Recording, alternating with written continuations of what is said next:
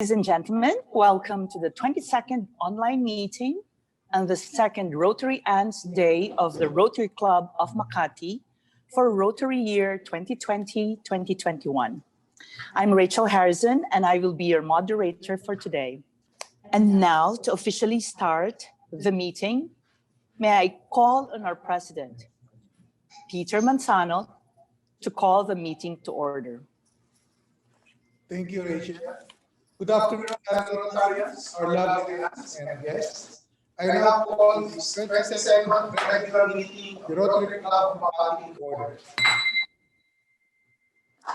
Now may I call on past First Aunt Cecil Day Reid, wife of past President Junjun, to introduce our wonderful guest speaker.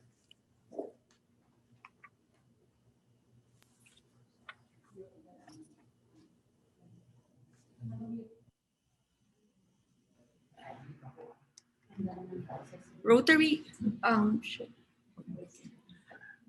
we invited a speaker today, Cherrie Atilano, because of the relevance of the work she does, especially during this special time. Cherrie has credentials that, if mentioned, will take more than her allotted speech time.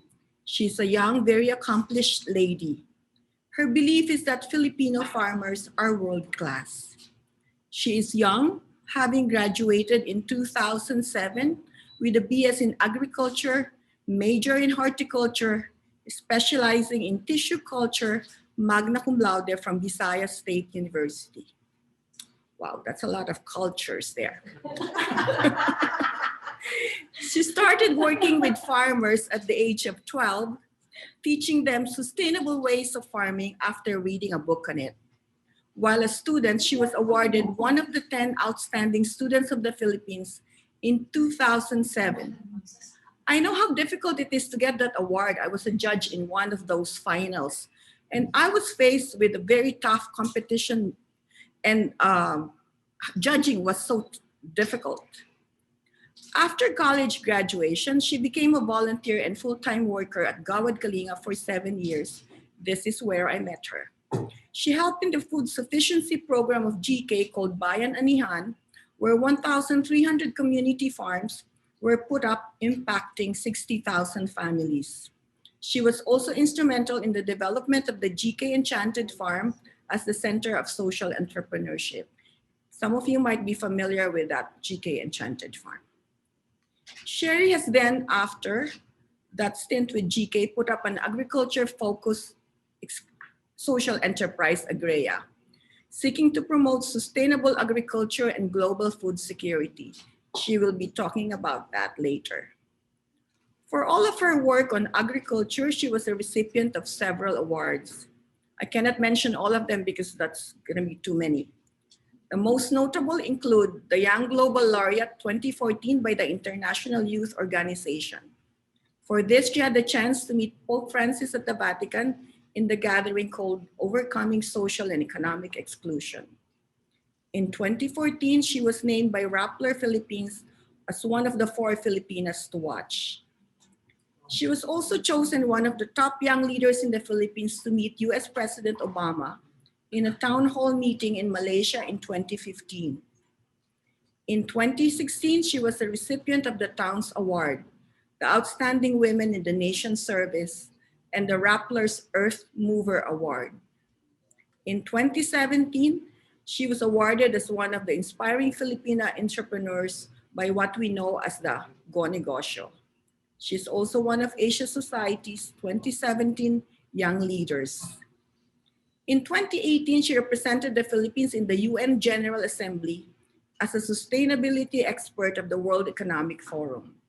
The same year, she got the TOYM Award. That's the Outstanding Young Men and Women of the Philippines. With the impact of the work she does in the food sufficiency sector, she was appointed by the UN Secretary General Antonio Guterres to be a high-level ambassador of the UN Scaling Up Nutrition Program. Last year, 2020, she was appointed as a young global leader at the World Economic Forum and a board member of the Global Alliance for Improved Nutrition, that's GAIN, based in Geneva. The Philippine Department of Agriculture has appointed her Ambassadress on Food Security. Let us now hear from Cherrie talk on food security during the pandemic and post-COVID. Cherrie. Wow, thank you very much, Tita Cecil. I'll call you Tita Cecil. You've been a mentor to me. Everyone here, Tita Rachel, even if you disagree. President Peter, thank you so much for your very kind invitation. And thank you, everyone, First and Fam. Thank you so much. The Rotarians, you know, it's overwhelming to get invitation from the Rotarians because I know how you work and you really put your heart into service. And last time I was actually engaged with Rotary Club Premier Makati, which was an amazing experience for me to go to the communities they're helping in Mandaluyong Makati Bridge area to actually set up an urban farm. So good afternoon, everyone. I will share with you my presentation. Can you please share, Ron? So I was requested to share about, you know, how Philippine agriculture can be transformed. And of course, some of my suggestions here is basically based on the experience of our work. It's not a perfect formula, but it's something that works in the ground. And it's something that actually we've been implementing for the last 6 years. As mentioned by Tita Cecil, I've been in the agriculture sector for 22 years. I started teaching farmers at the age of 12. You know, became a young scientist in the Philippines in my tissue culture work in ube. I was the first who planted ube in test tubes when it wasn't known before and it became a global project. Can you please go to my first slide? Thank you. First slide. Yes, that one. So, while they're fixing my slide, I want to mention a very special person in the participants, Rick Gindap.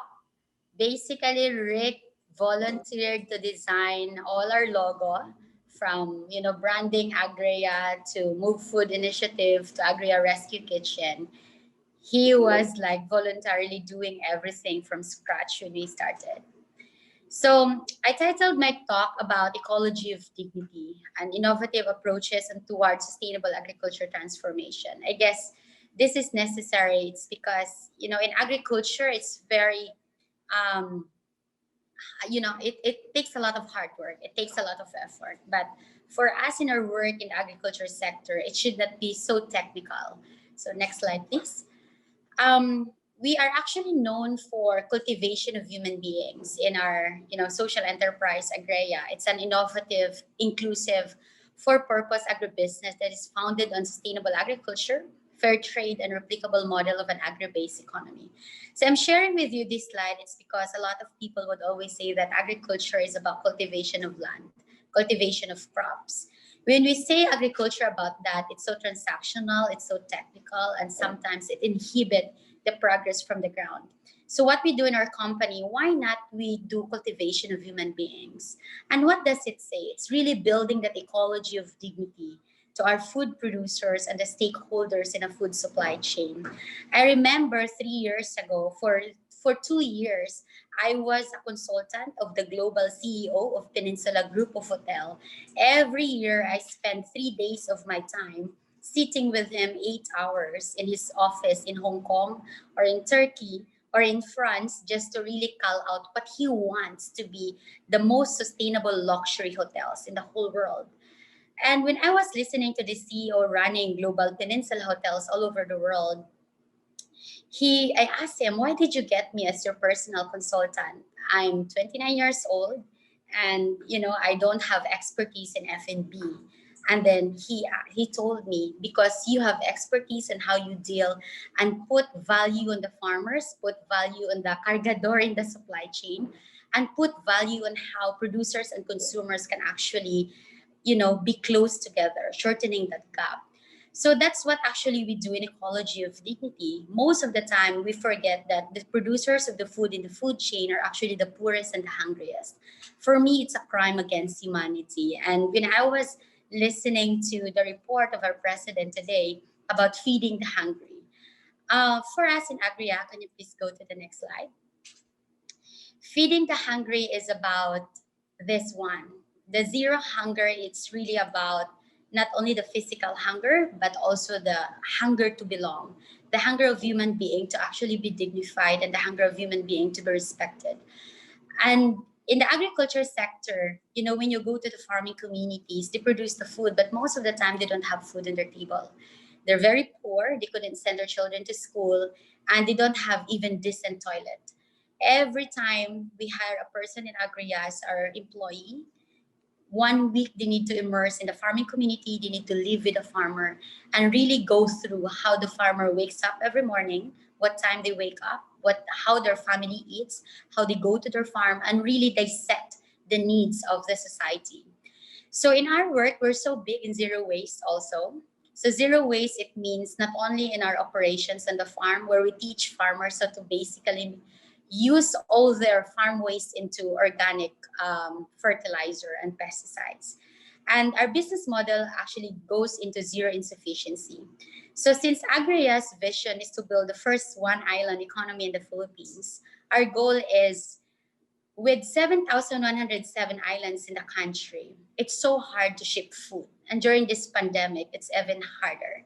You know, I could see at 4 o'clock in the morning, I was talking to one generals in Mindanao in the midst of May of 2020 because 2 of my trucks got abducted. 2 trucks were full of pineapple, full of solo papaya, and samongo from Cotabato. And in the middle of Maguindanao, we lost our trucks because people there are hungry and they're trying their best to also sustain their food. So when we don't want our islands to be sustainable, it's so hard for the country to be sustainable. It's because we have islands. It's so beautiful because you have beaches. But in terms of logistical nightmare during pandemic, it's not a sustainable formula. So our goal is, next slide, please, to make sure that every island in the Philippines is actually, progressive. So how do we do that? First, we have a very good promotion in our social media, in our website platform, because we know that internet connects everything. And even our website, actually, it runs in zero waste. It runs in 2G because most of the people visiting our website are actually, they don't have internet connection. So how do we reach them? We reach them through radio programs. In islands we're present, we work a lot with the local radio programs so that our programs can reach the farmers.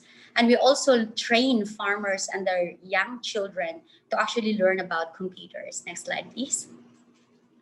So this is how we work. So I'll just, show you a bit about sustainable development goals. I guess all of us are pretty aware of this. I always just show this in my presentation, being the United Nations ambassador. But we work a lot with around 12, sustainable development goals. And more importantly, in sustainable development goals, 1, no poverty. And then second is zero hunger. And lastly is gender equality. We work on really empowering the women in the food supply chain to be part and the front and center of our work in the agriculture sector. Next slide. So how do we do this? This is how we work. So right now we have presence in 2 major islands of our operations. We have on the left, it's Marinduque Island. That's the map of Marinduque. And on the second one, it's Siargao Islands. We went to Marinduque. It's because Marinduque is the heart of the Philippines. It's a perfect site to model the one island economy. It has only 250,000 people, 1 congressman to deal with political landscape. It's easy. 1 governor, 1 congressman. And it's so happy now that this island is becoming powerful. The president of the Governors League of the Philippines is Governor Presbitero Velasco, whom I am also his personal consultant for the agriculture. And the congressman in the island is House Speaker Velasco also. So they're very supportive in our work. And if you see the map, all those areas there, actually, we have presence in operations. All over the country now, Agria has the largest plantations of turmeric and ginger. I'll share with you why later on in the next few slides. And on the second map, we have presence in Siargao Island. In Siargao Island, it's because the island has $1 billion tourism industry pre-COVID. But you know, after COVID, I don't know what happened to the island, but it's still very, very high. And why I'm sharing you about the ginger and turmeric, this is the situation of the Philippines. You know, every year we have typhoons, 20 to 21 typhoons in a year. Coconut farmers are the second poorest farmers in the country. When we were working in Marinduque Islands, in Surigao Islands, most of them are coconut farmers. So the farmers are only earning like 3,500 pesos every month. And most of them, they have 8 to 10 children. I even like met 2 women in Surigao. One woman has 17 children and the other one has 18 children. I said, wow, this is like a big problem because why do you have so many children? But you know, their psyche is different. Their answer is the more we have children, the more we have workers in the farm. So that's the reasoning. But for us, it's like, you know, you're also inhibiting these children to go to school. But that's their mindset. So what we're trying to do here is like, for example, in coconut farming in Marinduque, we farm 62.5 hectares. Each farm, if you do for regular farming, 1 hectare of land only has like 100 coconut trees. From 100 coconut trees, and then if they do copra, wala na. Their income must be like 2,000 to 3,000 pesos monthly. How can you buy food for 2 to 3,000 pesos monthly? So our company started planting ginger and turmeric under coconut. It's one of the largest intervention. And all the coconut nectar, we actually convert it into coconut sugar. So we supply Bose coffee all over the Philippines for coconut sugar. And around this coconut farm, we plant vegetables for the women to actually have fresh and nutritious food for their children daily. And also they can sell in the market. And in the future, all these farms will be a farm tourism destination where people would learn how to basically, you know, make a sustainable climate resilient farming approach in coconut farming, which is the biggest problem in the Philippines.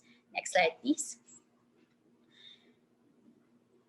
In this slide, we'll just show you about our farm school. There are plenty of farm schools in the Philippines, but it seems it's not easy to start a farm school. We started the first farm school in Marinduque Island and also in Caraga region in Surigao. We also have a farm school. So when we started a farm school, it's so hard to design curriculum. So me, myself, being a little bit of my science background, I designed our curriculum from ground zero, that even if you don't know how to read and write, you will understand technologies in agriculture. I could see farmers really understanding it. Next slide, please.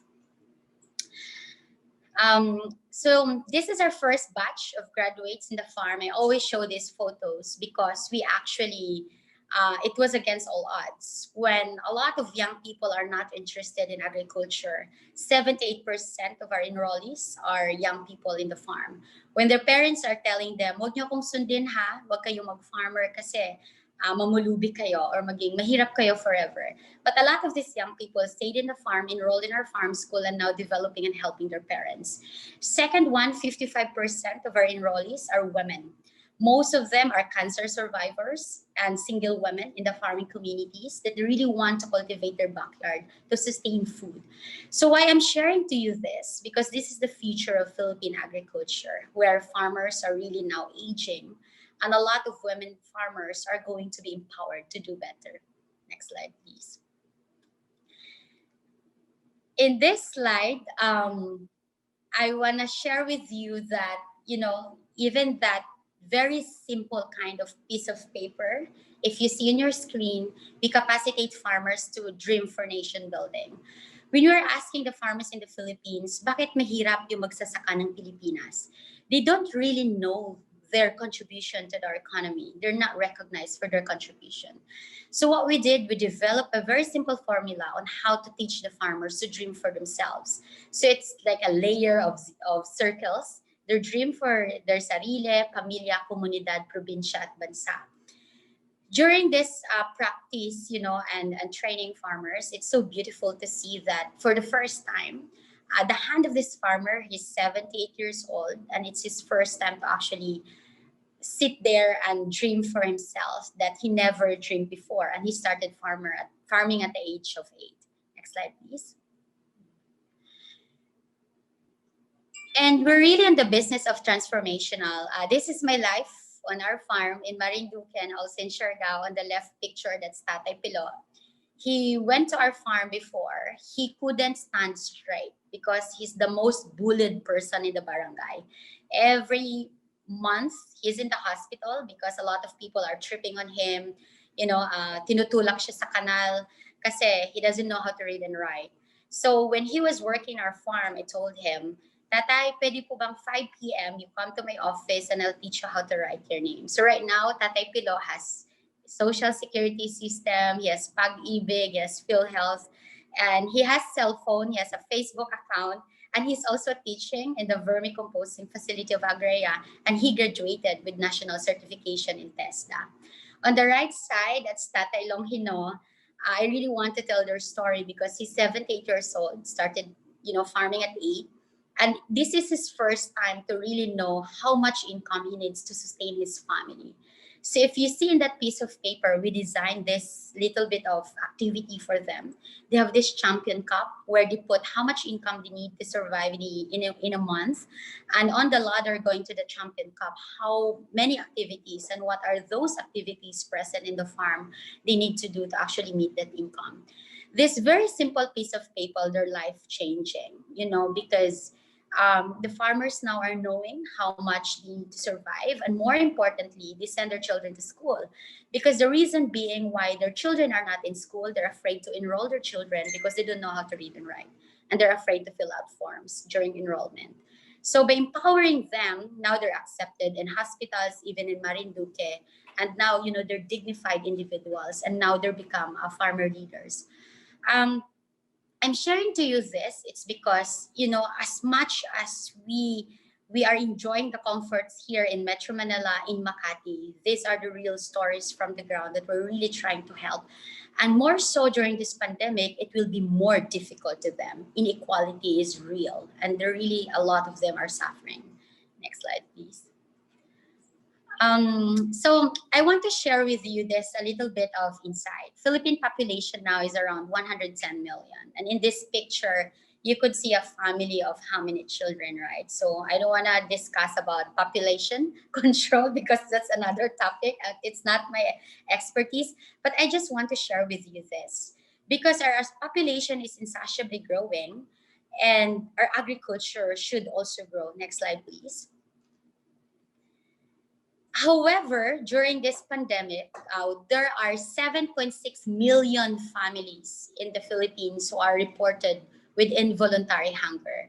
Hindi ito yung gutom dahil ayaw nila kumain or nagda-diet kagaya natin na parang we're just sitting in our homes, you don't want to earn an extra pound. These people are really hungry.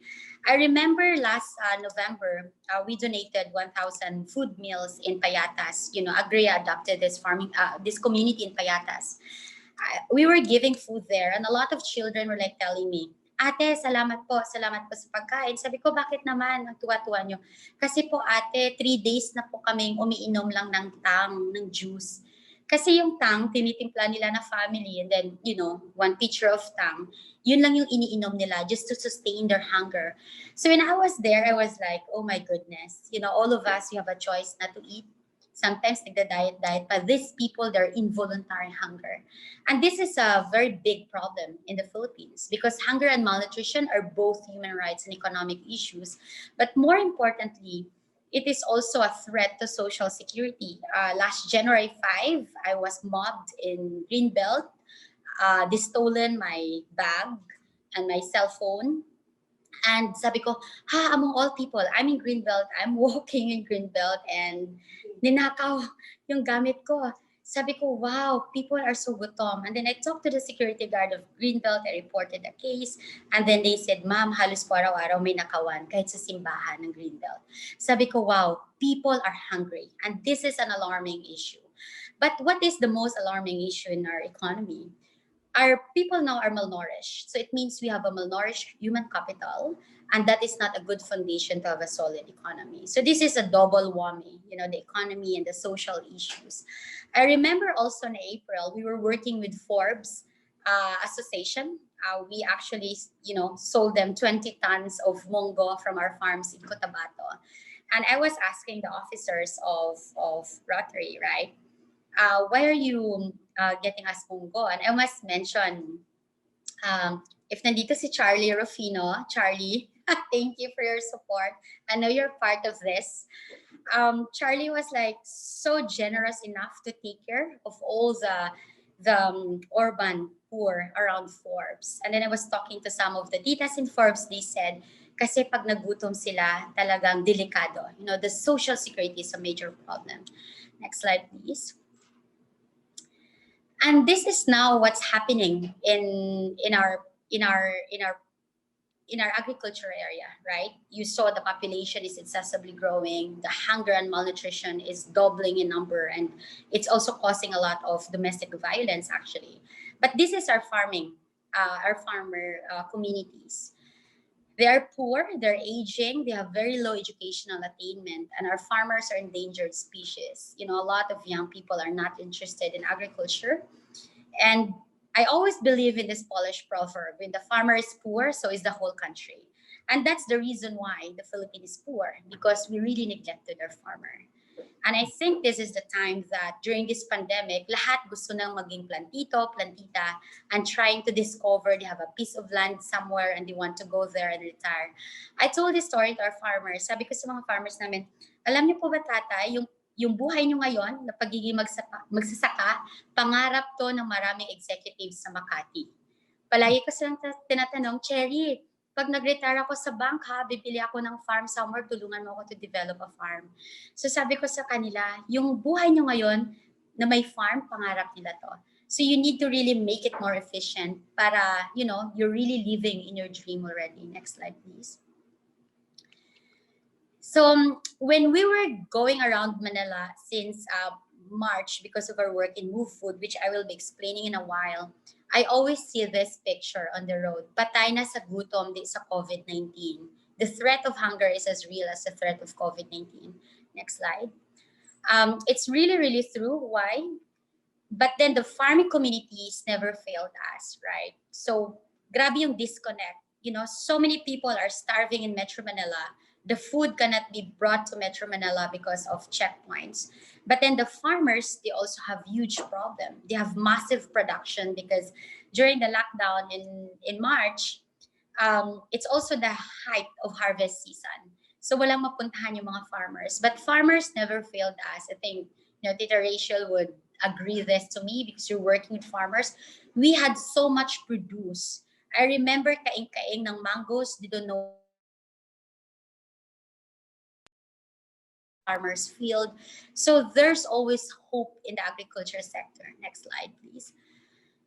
So despite all those challenging times, agriculture sector managed to grow 1.6%. And in our GDP as a country, it's the only positive in terms of contribution somehow. And this year, it's still going to increase to around 2.5% as per the target of our economists. Next slide, please.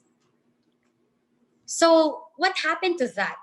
There is food. The problem is people don't have money to buy food. Walang-wala na. Bakit po? Next slide. This is the next issue that is also relevant to what we do. 70% of Philippine MSME are actually, you know, hitting the end of the line. Wala na talaga. Kanya-kanyang discard na lang. Next slide. 85% of the businesses, micro-enterprises, were closing. Siguro nakita niyo, no, some of your friends around April and March, parang pahiram naman ng pera dito, pang pasahod sa mga tao, or, you know, but right now, it's really the end of the line. Sariling discard na lang. And a lot of those micro-enterprises are actually suffering, and most of them closed. And right now, the unemployment in the Philippines is actually increasing. So why do I show this? Because I want you to understand that understanding the agricultural problem in the Philippines and how do we put solutions to this is not only understanding the farming communities, but also the situation of our consumers. Next slide, please. And this is at the end of 2020, this is the biggest crisis. That's a picture I got from Tondo, Manila. You know, kung si Greta pa, this is the biggest crisis that humanity has ever faced. This is not something you can like on Facebook. Grabe, we had Santa Cruzan of typhoon. Next slide, please.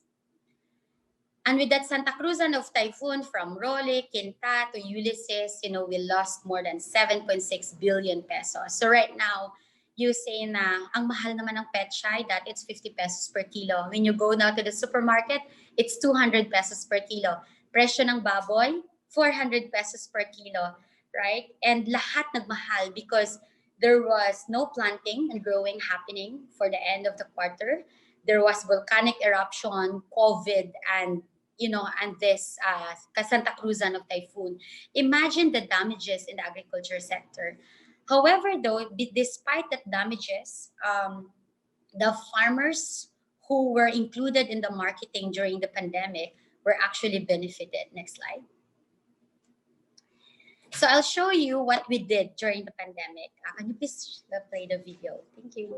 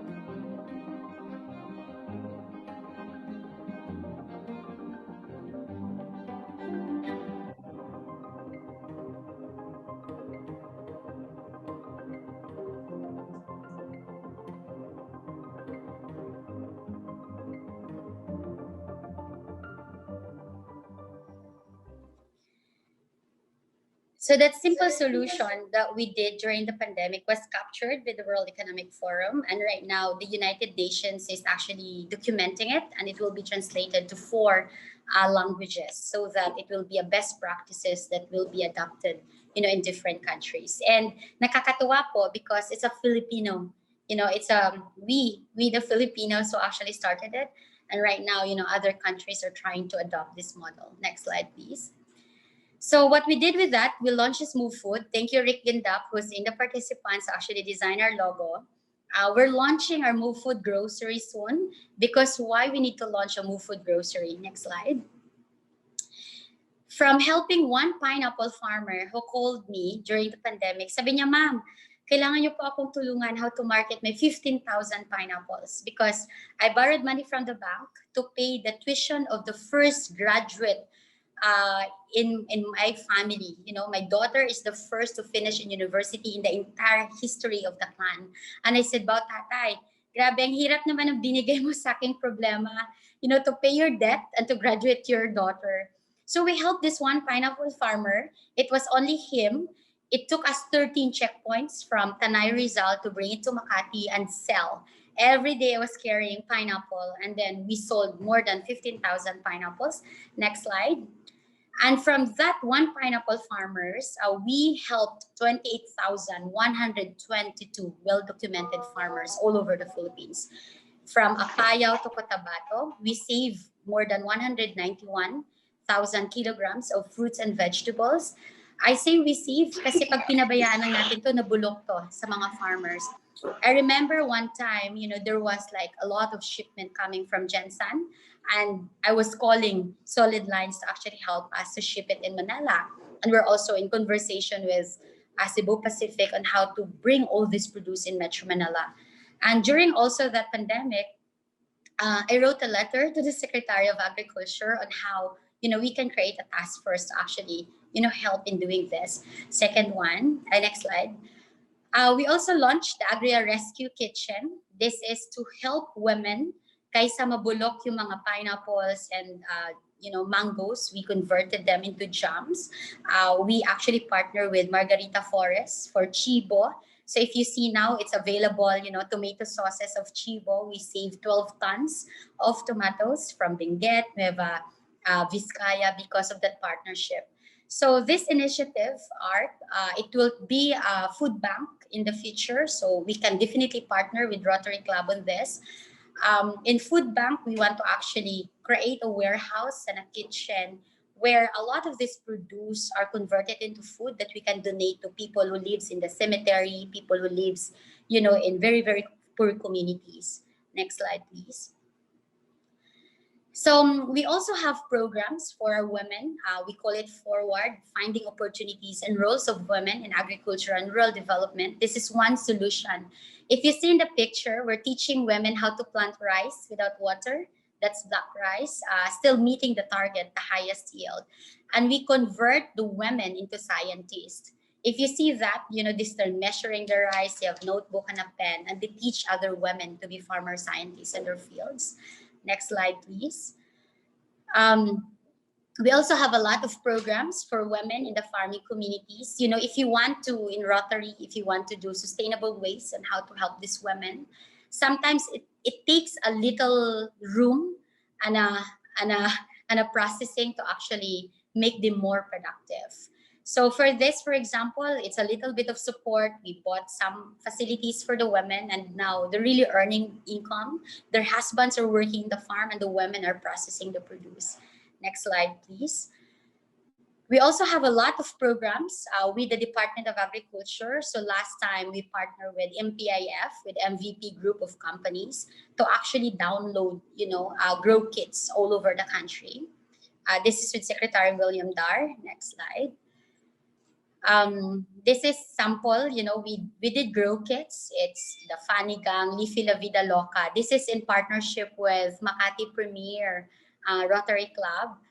We did this in one of their farming communities where the nanays, we gave them grow kits for them to grow in front of their homes. Next slide. So these are some of the photos.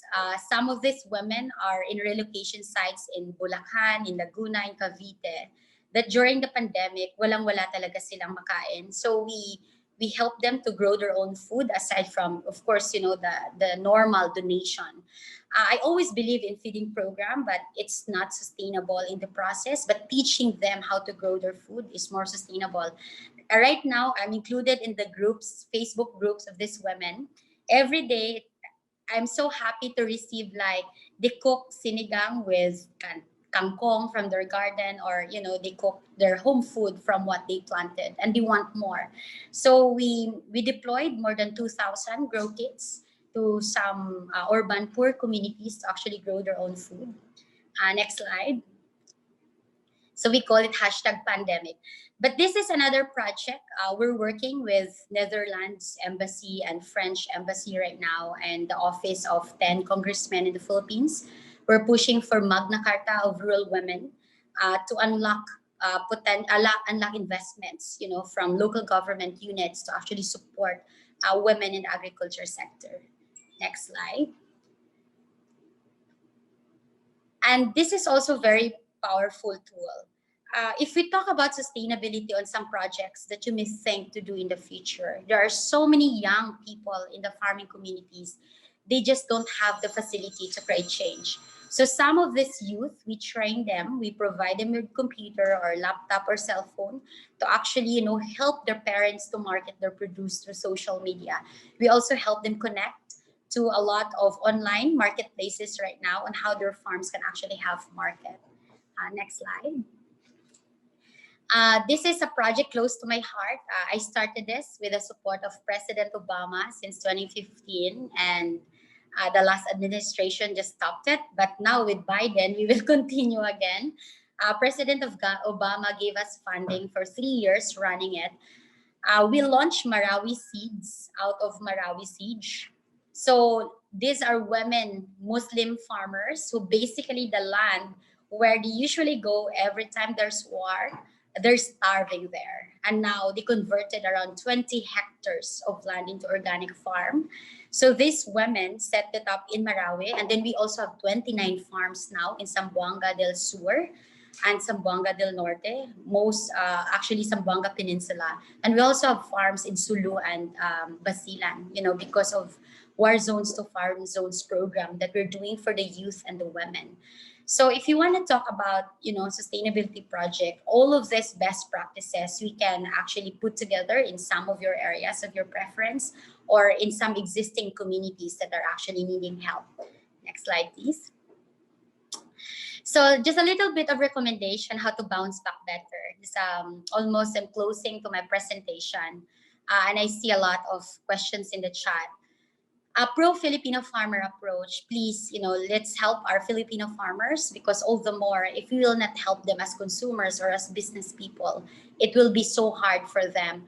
One of the big steps that we're doing now is we just partner with the Department of Agriculture to revive 2,000 hectares of denuded land in Nueva Ecija and Tarlac. What I say is the soil, the health of the soil is actually very poor because of rice farming for so many years. So now we're teaching the farmers how to plant rice, and then after planting rice, we plant mongo, and we supply processing companies that are actually developing Nutri-Bonds that supplies the feeding program for DepEd. So in Damongo alone, farmers can actually earn a lot of income. We sell 100 tons of mongo yearly basis to these processing companies.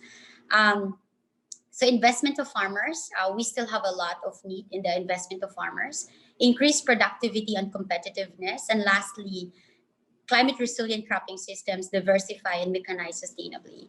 So, at the end of the day, the most essential business, I guess, is feeding people. And we saw that during the pandemic. When the lockdown was announced, no one rushed to buy a new car, new clothes, new shoes, a new bag.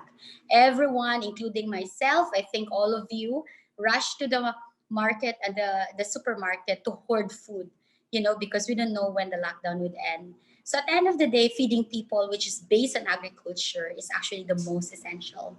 Next slide. So food is the new internet, and on the economic level side, I think transforming our food system is the most relevant to do. So right now, I'm a United Nations global champion for food systems. And in the next 10 years, for SDG 2030, we have 10 years left. But whatever we worked for the last 20 years was vanished because of the COVID-19. So for the next 10 years, the focus really is on transforming our food system. Food is the new internet. It connects all of us. It's a center of our work. But at the end of the day, it's really the farmers who should be the center and core of change. Next slide.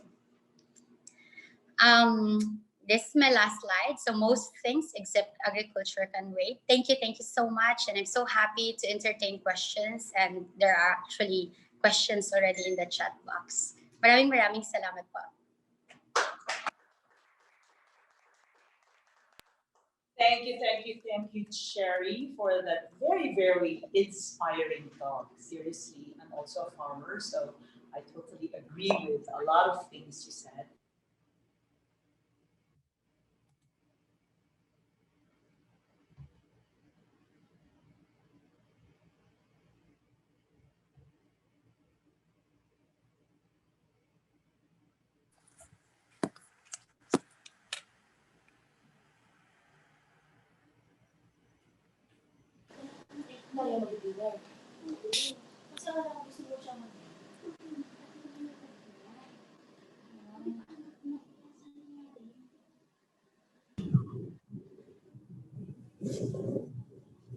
Rachel, you're on mute, Rachel.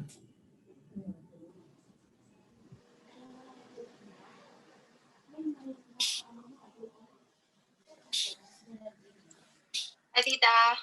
Hello, Lara.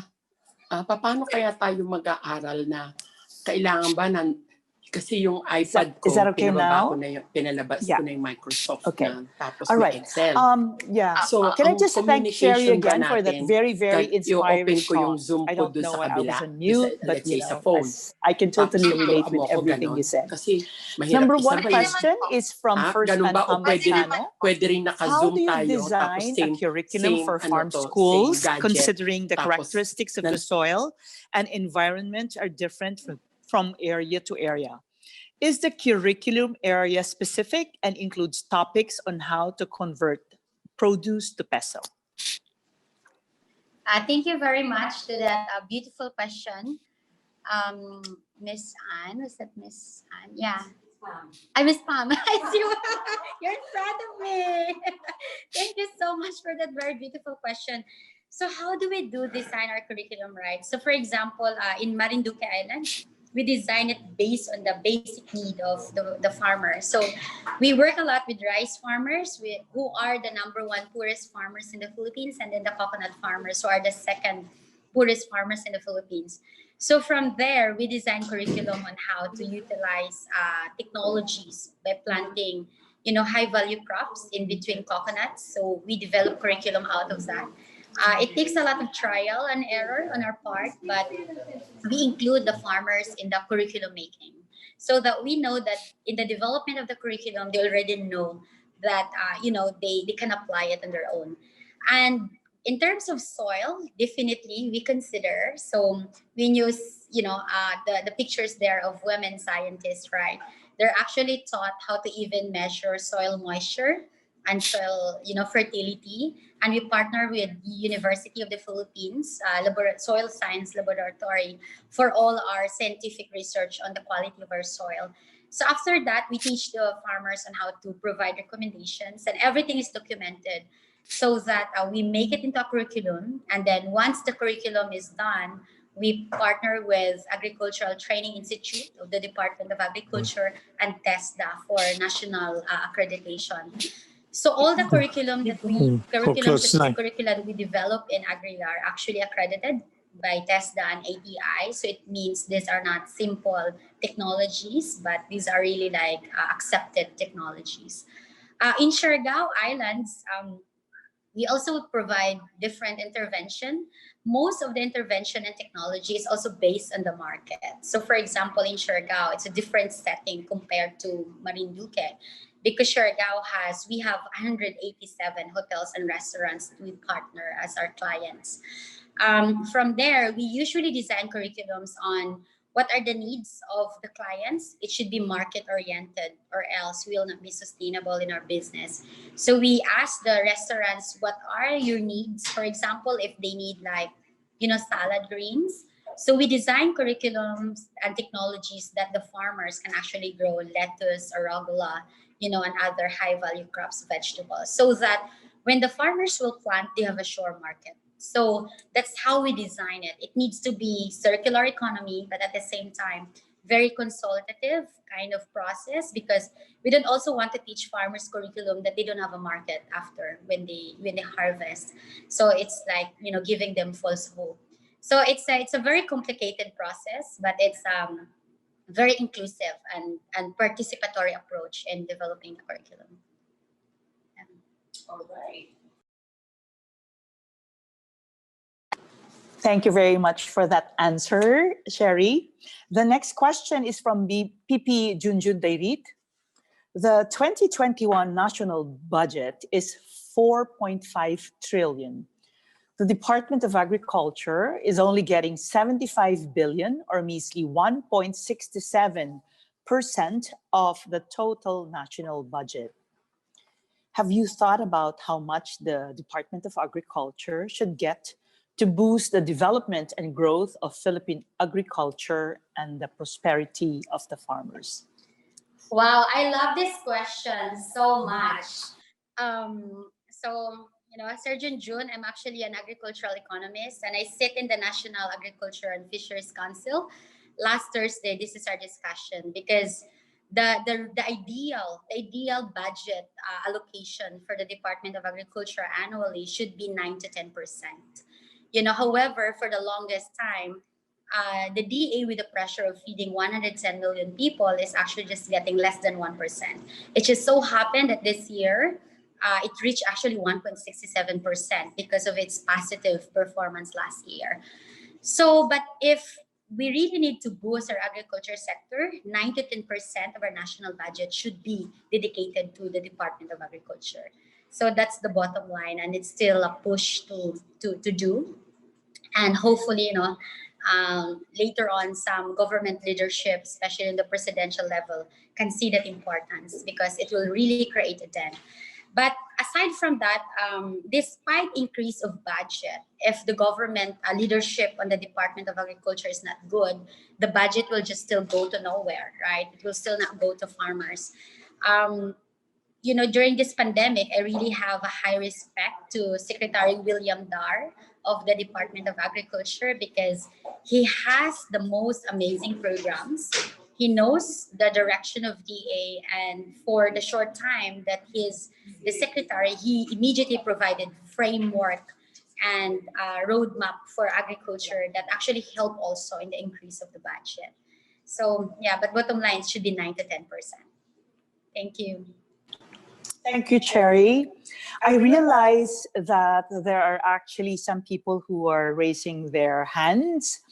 And if I may just ask them to ask the questions themselves, would it be possible to unmute and you can directly give your questions, ask your questions to Cherrie? Is Regina Lido here? Rick Gindam. Mr. Rick Gindam, are you here? Yes, Rachel, thank you. Hi, Okay. Cherrie. Well, I met Cherrie with Cecil at the same time I met working with Cherrie and Cecil for Geconomics and Agria, and always inspiring, and she's been trailblazing the kind of making agriculture very, very hip and sexy, especially for young people. And listening to your presentation today, it makes me wonder, and what are the key challenges that prevent these groundbreaking ideas from scaling up or gaining widespread acceptance? What needs to be done still, and how can organizations like Rotary can help these initiatives and this great movement of yours? Thank you. Yeah, thank you very much, Rick, for your beautiful question. Thank you for being there since we started, doing everything pro bono for our branding.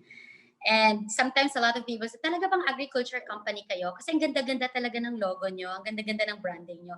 That's it. Talagang we change the narrative of agriculture. Dapat bihisan yung agrikultura, no? Kasi most logo of agriculture companies are ulo ng Carabao with flower of kalabasa. But thank you, Rick, for changing everything. It's so beautiful. For sure, number one is funding.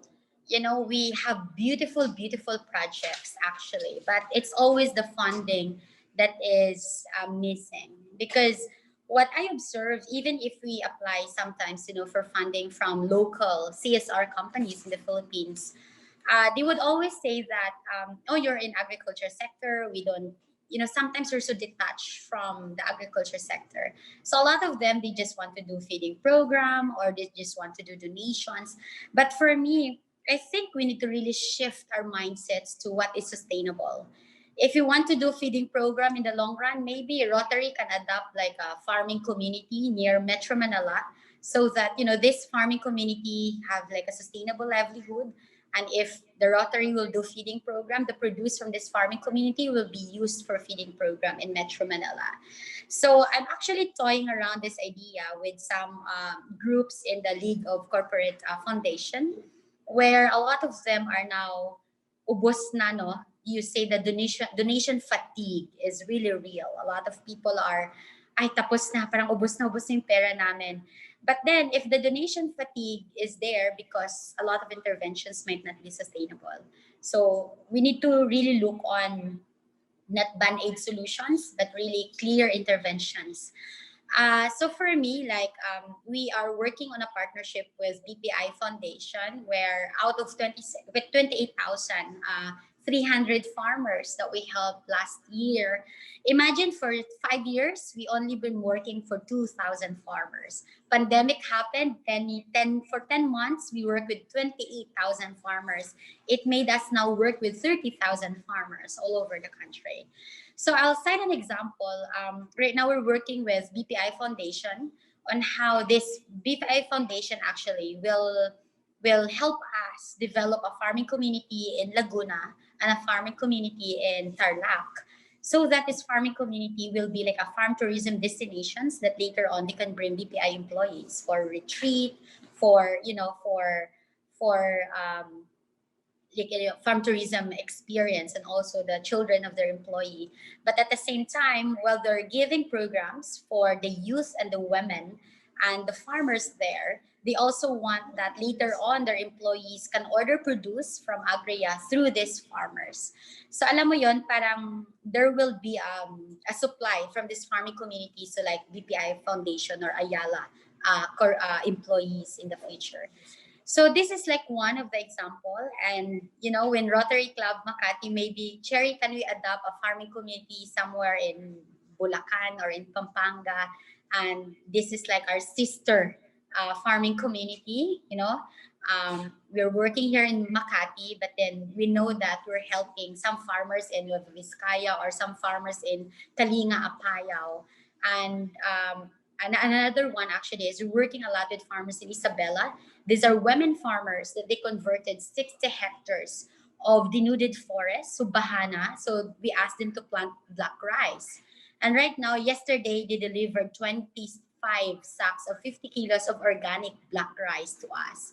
And in that intervention, imagine with all the membership of like Rotary Club, it's so easy later on to match up, these farming communities to maybe your businesses. These are examples that I'm citing. For example, the Indian Chamber of Commerce also want to work with us because their employees are working from home. And what they want to do is, since their employees are working from home, they definitely want to remove one less stress of going to the supermarket.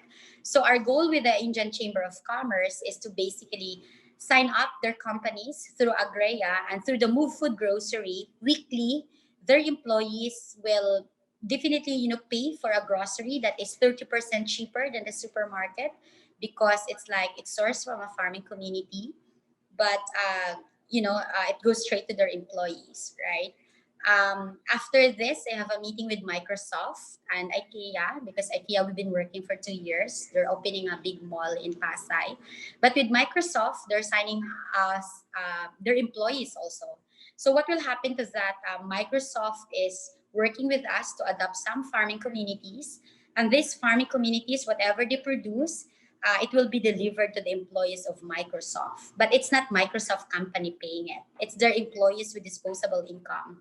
But they get a rebates from us. It's because it's via like company-to-company partnership. So we've been doing this with IKEA employees since the pandemic, and it's a working model. And right now we're trying to work more on different organizations and companies. So maybe, with a portfolio of network with Rotary Club Makati, this is something like adopt a community. I eat, my brother eats, I eat, my sister eats.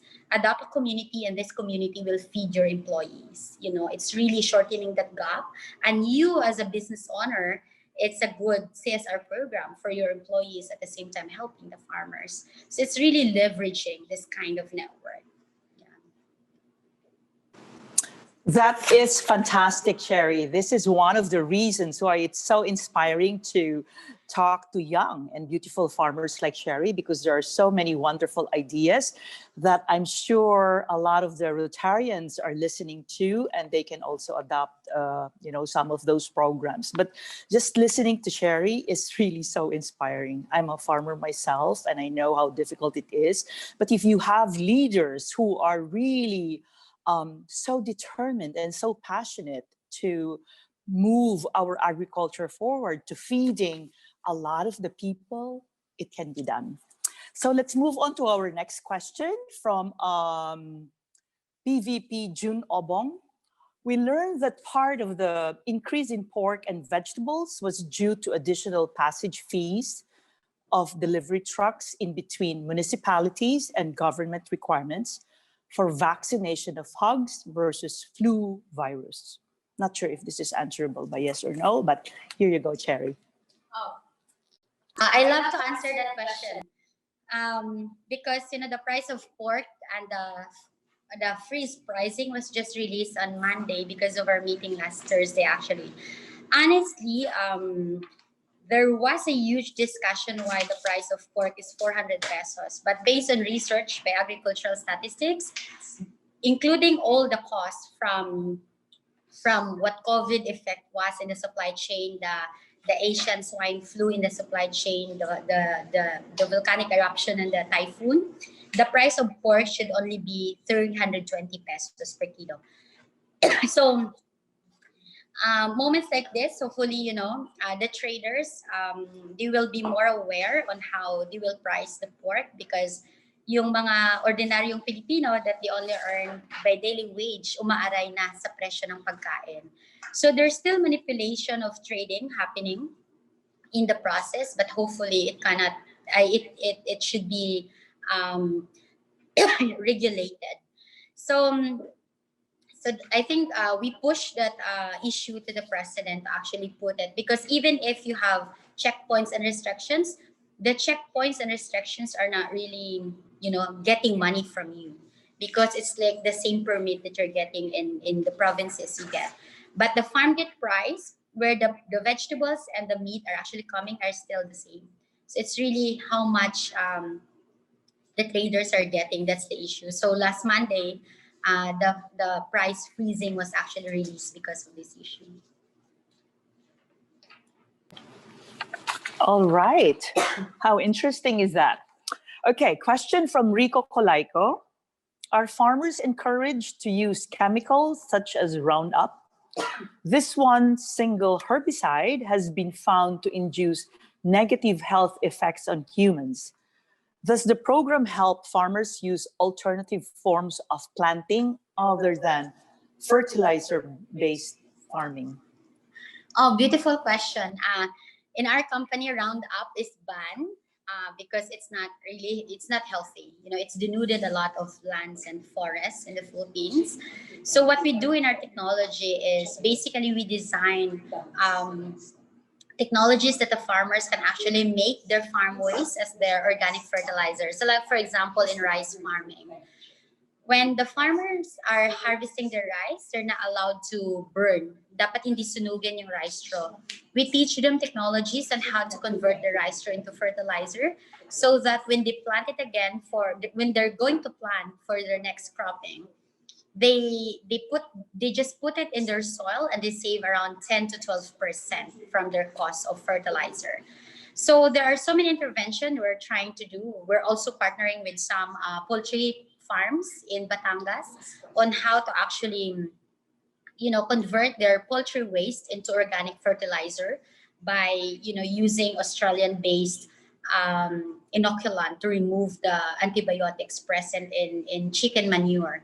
So there are so many technologies right now that coming up on how to actually utilize farm waste into organic fertilizer. So this is where my company is actually into. We have a strong partnership with UPLB and also my alma mater, Visayas State University, on developing this kind of intervention. Mag-usap po tayo kasi marami akong ituturo dyan sa inyo. Okay, thank you for that. And the last question is from PP Junjun Dairit. What is your opinion about the rice tariffication law? Tita Junjun, I love your questions. I don't want to be political. I still need to be diplomatic. But rice tariffication law, it has its pros and cons. Pros is for sure, hopefully there will be stability of the price in the market. But the consequences of that, actually, when the law was released, there was no proper programs for farmers that is implemented.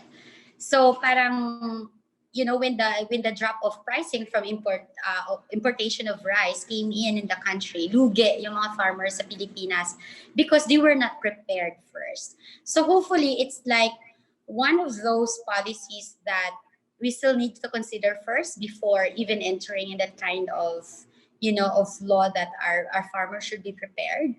Sana na trial muna that the farmers are competitive. But then yun kaya biglaan, no? So the farmers are totally affected.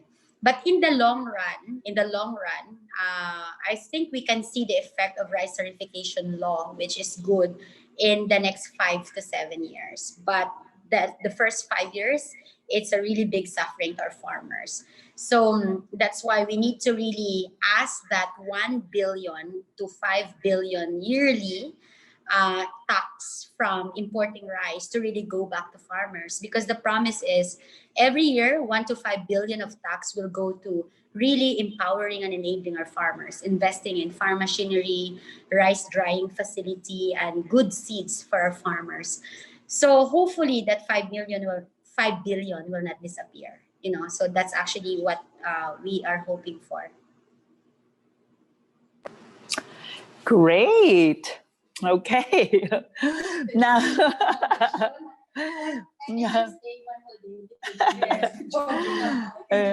now to do the response, a most awaited part of every RC Makati meeting, may I request President Peter Manzano for his closing remarks. Yes. Okay. Thank you, Rachel. So who wants to be a farmer? No one?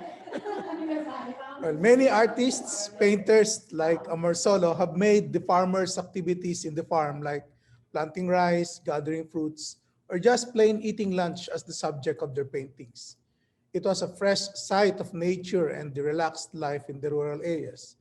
At least that's what the paintings depicted.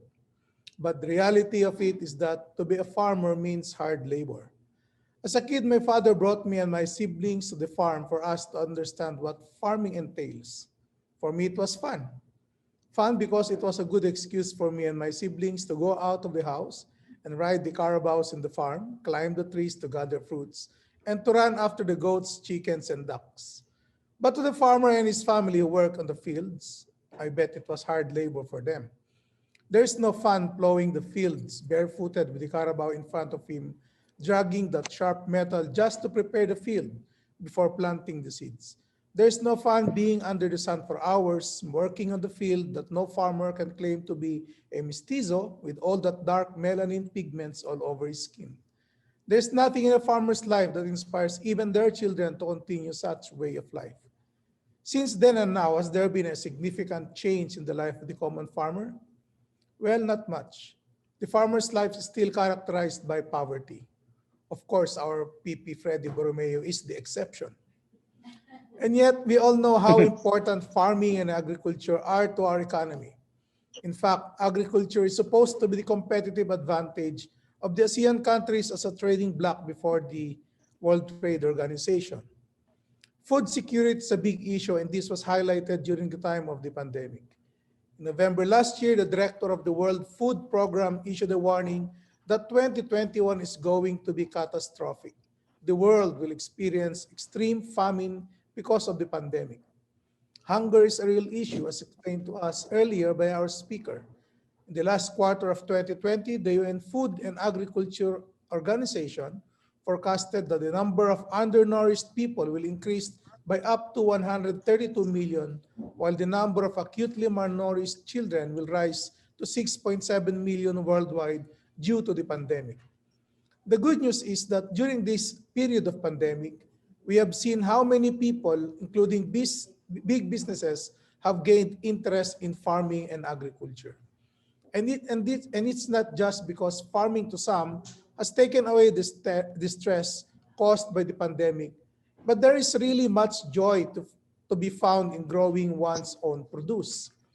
Planting something in the soil and seeing it thrive can bring much satisfaction and delight. It is also a way for one to break away from the demands of office life and unconsciously get one's needed exercise outdoors.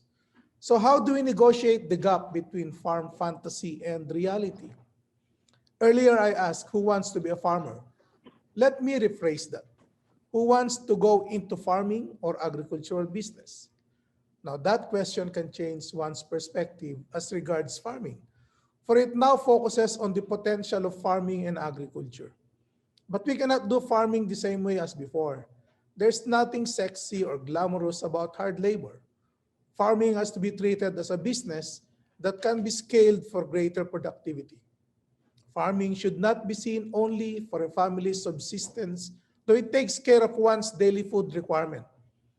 True, we encourage self-reliance and self-sufficiency in terms of food production. However, subsistence farming is not the way. In fact, subsistence farming is a deterrent to rural development because it does not encourage upward progress. If you want farming to be attractive to our future generation of farmers, we need to shift to a better farming model similar to that earlier discussed by our speaker. And we need our government to really make a sizable investment on agriculture and follow through with the initiatives of the private sector. As pointed out earlier by PP Junjun Dairit in the chat box, the Department of Agriculture only got 75 billion or a measly 1.67% of the 4.5 trillion 2021 national budget. Very far from what our speaker's representation, the Department of Agriculture should be getting 9 to 10% of the national budget. Other ASEAN countries, agricultural economy are thriving. Why? Because their governments put their money where their mouths are. Thailand, Vietnam, Indonesia, and even Cambodia are doing well as agricultural countries because their governments initiate the needed reforms and they follow through. Government needs to provide cost-effective irrigation systems, construct more roads to market infrastructure to help facilitate the cultivation of new farmlands and improve the marketing efficiency of products, and invest in agricultural research that informs agricultural patterns. In short, it's a matter of political will. It's not an easy task, certainly not a walk in the park. The good news is it can be done. Our speaker showed us how in an earlier presentation on the Agreya Model Farm and the Agreya Farm School. Earlier, I cited how farming and the rural life has been the source of inspiration for artists, painters. In August 2018, national artist Fernando Morsolos' Under the Mango Tree was sold for a whopping 46.7 million. We need to make our agriculture more appealing to our present and future generations of farmers, not just for self-sufficiency, but more importantly, a profitable venture. Otherwise, we might as well teach them how to paint and generate more Morsolos. Thank you, Ms. Cherrie Atilano, for sharing with us your time and expertise.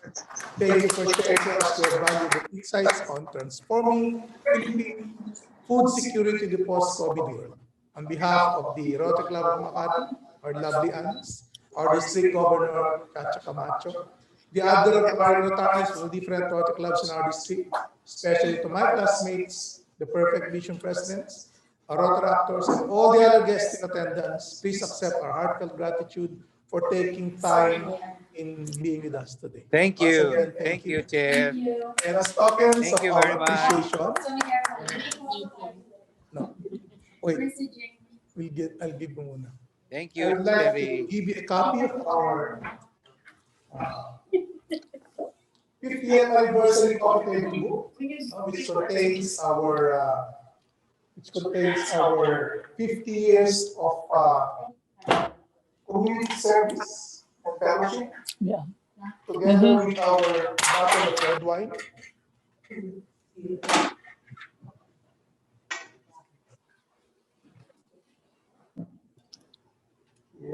So you will enjoy when you are going through our. All right. And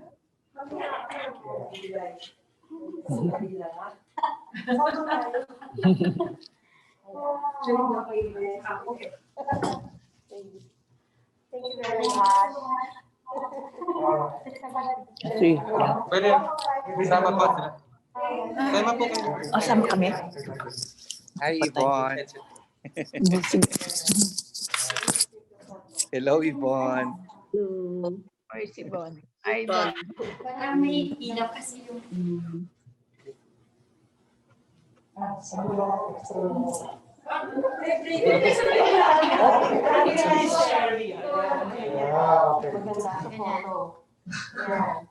Okay.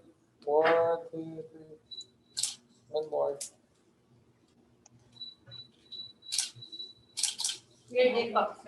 Sunny, bigay na bigay. Yung smile ni Sunny, bigay na bigay. Ah.